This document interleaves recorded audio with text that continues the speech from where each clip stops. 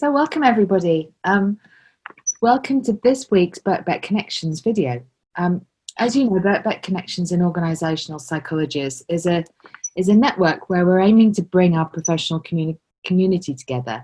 We want to bring them together to share knowledge, to glean knowledge, and to think about the latest trends in practice and academia, to learn from each other. It's open to everybody. Everybody with an interest in psychology and behaviour at work should join our community.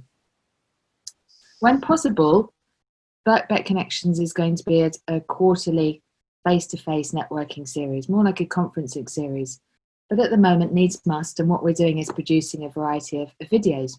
And what we're doing in those videos is sharing evidence and research from academics within Birkbeck who really have something important to say around the COVID pandemic.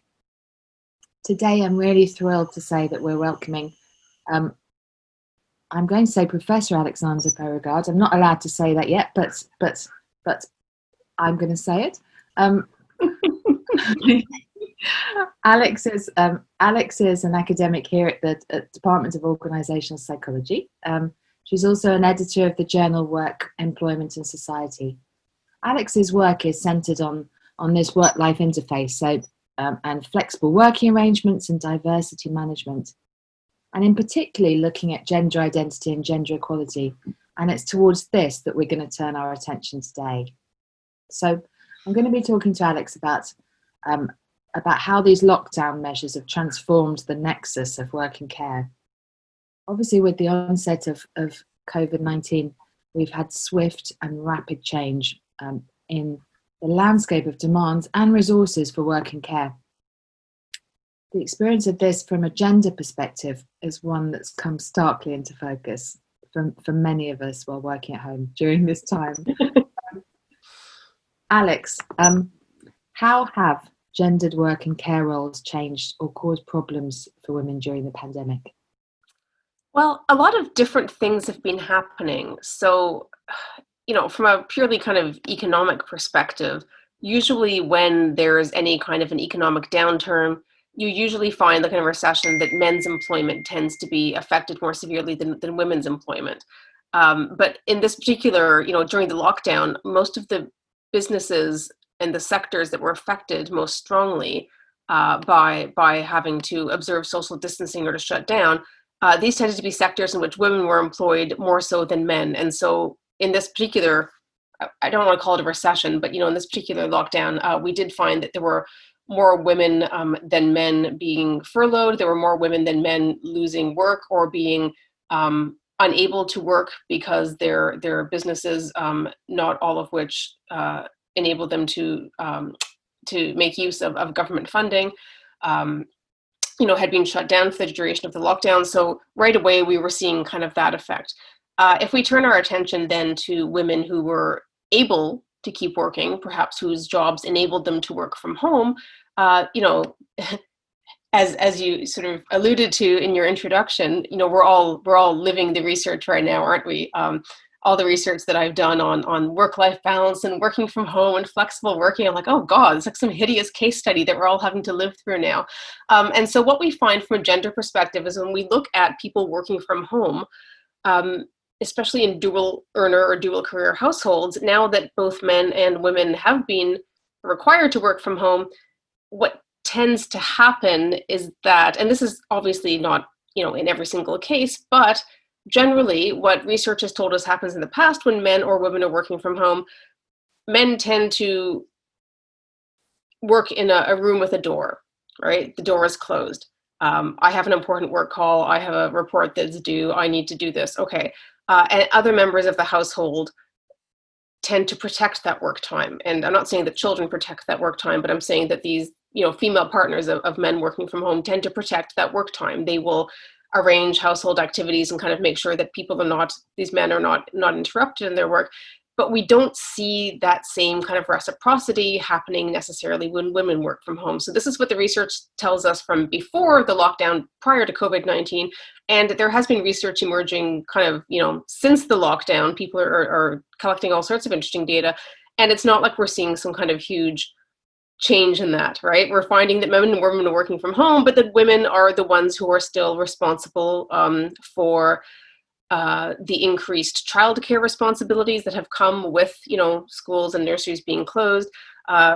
Research coming out now is showing us that women working from home during the lockdown were performing about 2.5 hours of homeschooling daily on top of their work hours, for their children. This is stuff that their husbands or their male partners are not involved with to as great an extent. They're doing more regular childcare that does not involve homeschooling. They are doing increased household domestic work, the increased cooking and the cleaning and everything else that comes along when you have people inhabiting the house 24 hours a day for months at a time. So we see all these extra kind of unpaid work activities piling on top of the paid work, and that women are taking these on to a greater extent than men during this pandemic.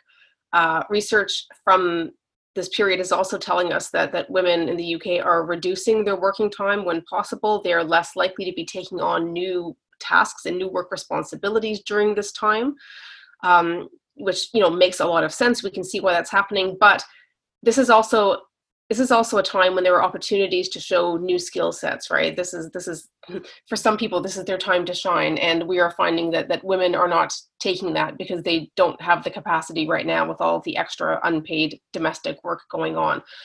So in addition to losing more jobs than men do, we are finding that when they continue to work and are working from home, women are experiencing more disadvantage than men are.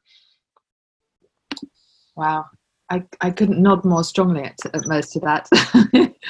So this idea of being hit from all sides, I read a report that from the Institute of Fiscal Studies that said this difference about the potential of losing your job.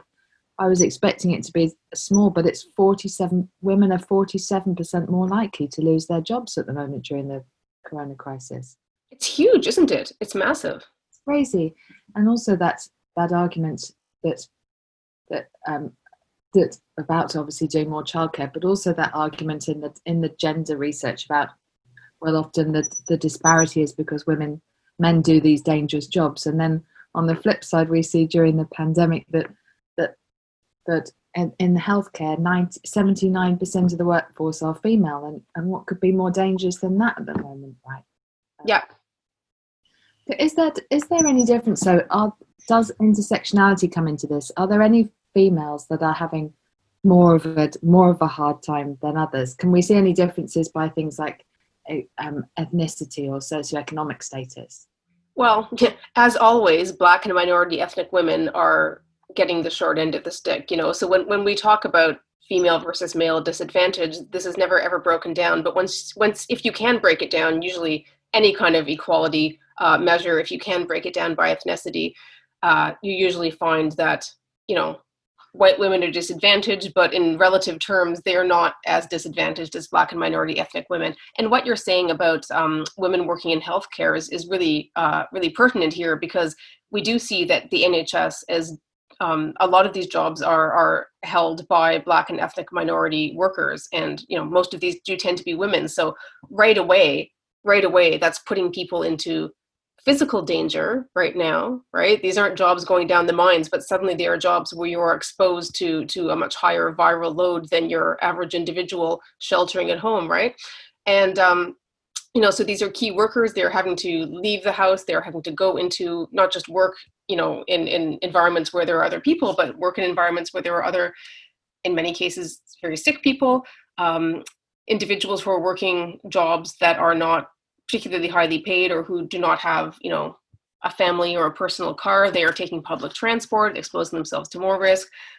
Those who have children are, those children are in school. We still don't know really much about to what extent children are viral transmitters, but there's much more, their lives have not changed in the extent to which they are moving around, traveling. People are in different locations, but obviously all of that carries much more risk now than it used to. And we also know that in some for some individuals from ethnic minorities, it is much more common to live in multi-generational households, or to live with more than one family group in one household.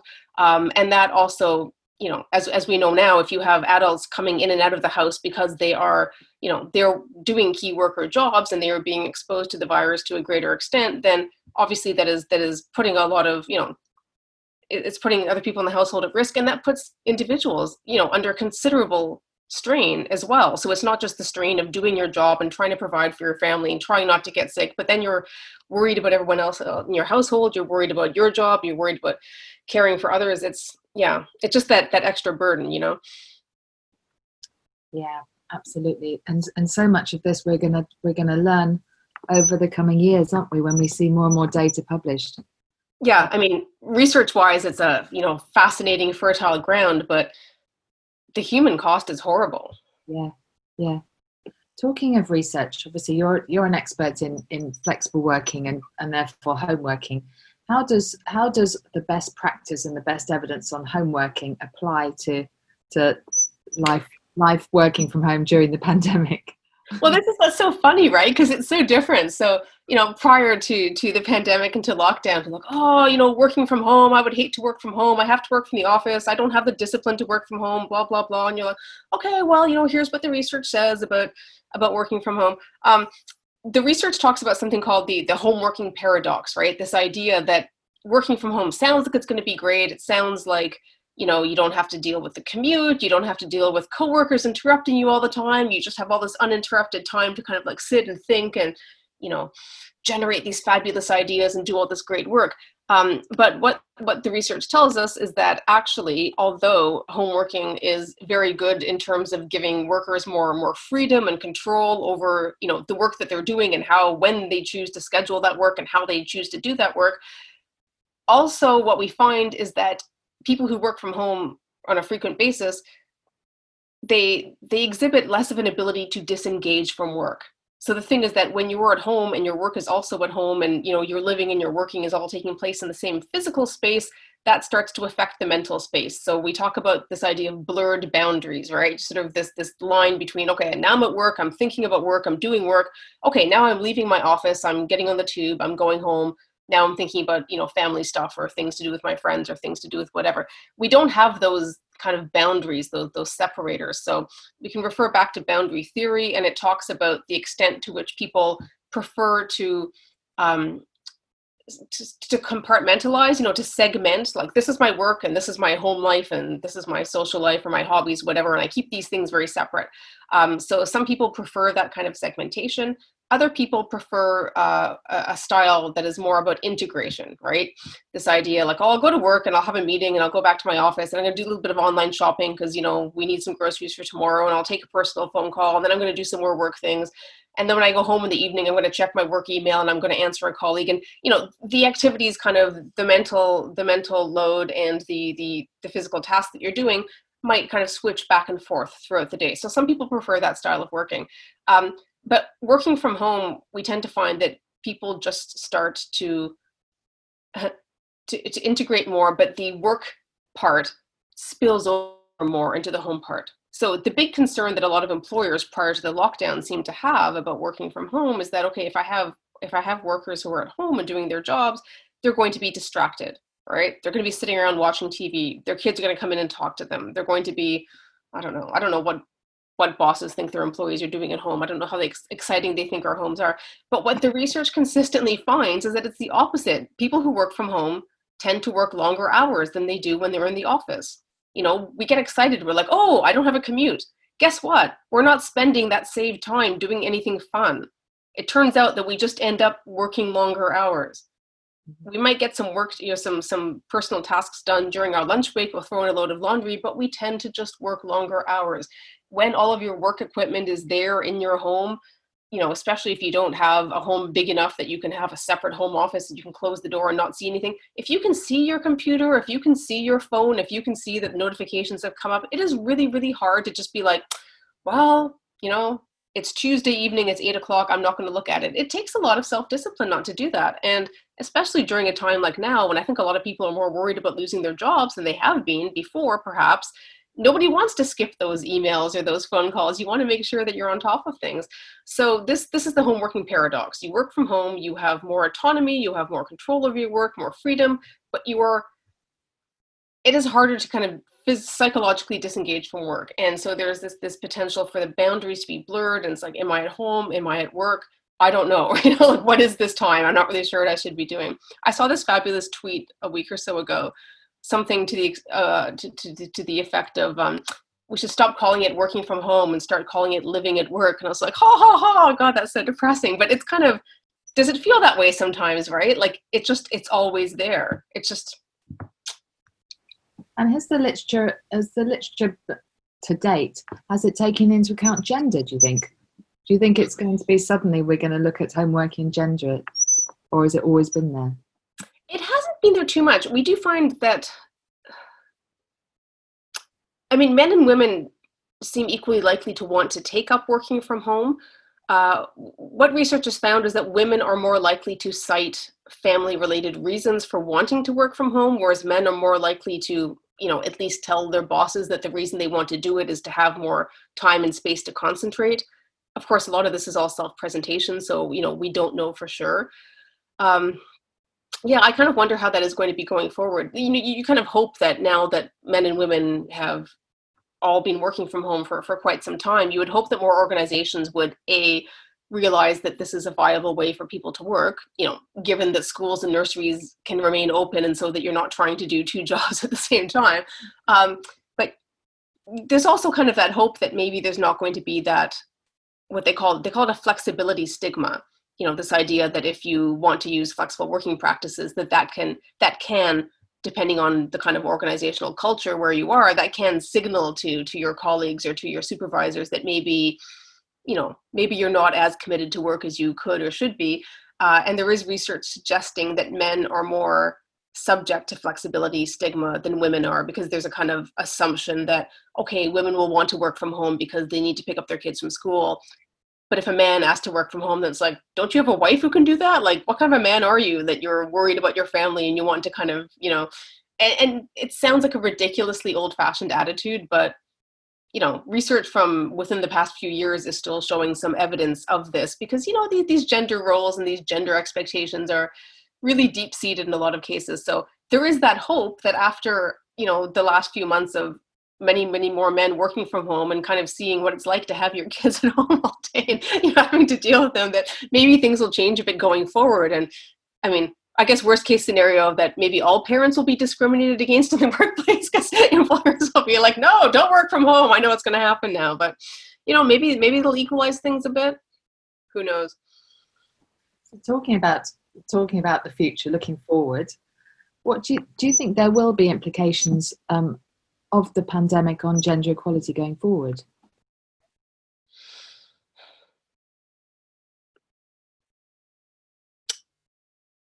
I'm nervous about speculating, and I'm nervous about looking too far into the future, because I think a lot of things that I assumed would have happened by now just haven't happened. So I think I just expect change will always be a lot faster than it is. I guess that's why this has been so interesting, because, flexible working and working from home, it's been around for a long time, and it seemed to be increasing in popularity. And then kind of in the last 5 to 10 years, there was this weird backlash against it by some of the major, mostly American firms. But, remember Yahoo and Best Buy and all those companies like 5-10 years ago were like, no, it's too important to have synergy. We need people bumping into each other in the corridors, no more working from home. And you're just like, oh my gosh, like we're regressing. Things are going backwards. So, I think this has hopefully moved that whole flexible working debate forward. I'm hoping that, organizations are now realizing you don't need to force people to come into the same office space every single day so that you can see them while they're doing their work. But what I'm also hoping is that this is going to kind of bring to the forefront of people's minds the fact that you do need certain conditions to work from home effectively, and not to just become this kind of constantly working automaton. I've been in lockdown too long. I can no longer speak English. Because what all the research did tell us before the lockdown is that to be a really effective home worker who was still able to psychologically detach from work and have, a balanced lifestyle, is that you needed a separate physical space in which to do your work, preferably with a door. The ideal home office would be like a shed if you had a back garden, and then you could like leave your house, go out there, shut the door. So this is like the kind of best practice, and to have these, to kind of institute these boundaries, have physical space where you can leave your work equipment in a room and close the door and not look at it.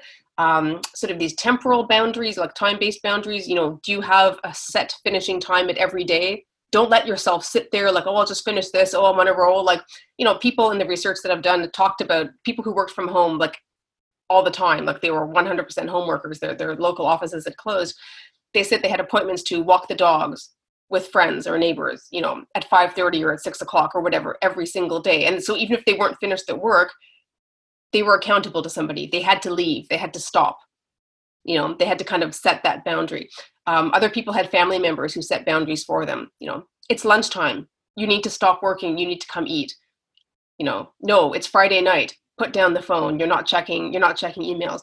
And so without having those boundaries, it's really difficult to work effectively. So I'm kind of hoping in future that, workers and employers are paying more attention to that, so that home working can be healthy for people and not just a way to squeeze more work hours out of them. Yeah. It's a really, really useful suggestion. Thank you about the boundary management, and also this idea of just hopefully that organisations will start to recognise that flexible working is going to be an organisational need going forward and not a perk offered to the few. And I think fascinating insights about this, that putting the gender lens on that today as well. Thank you so much. It's been fascinating.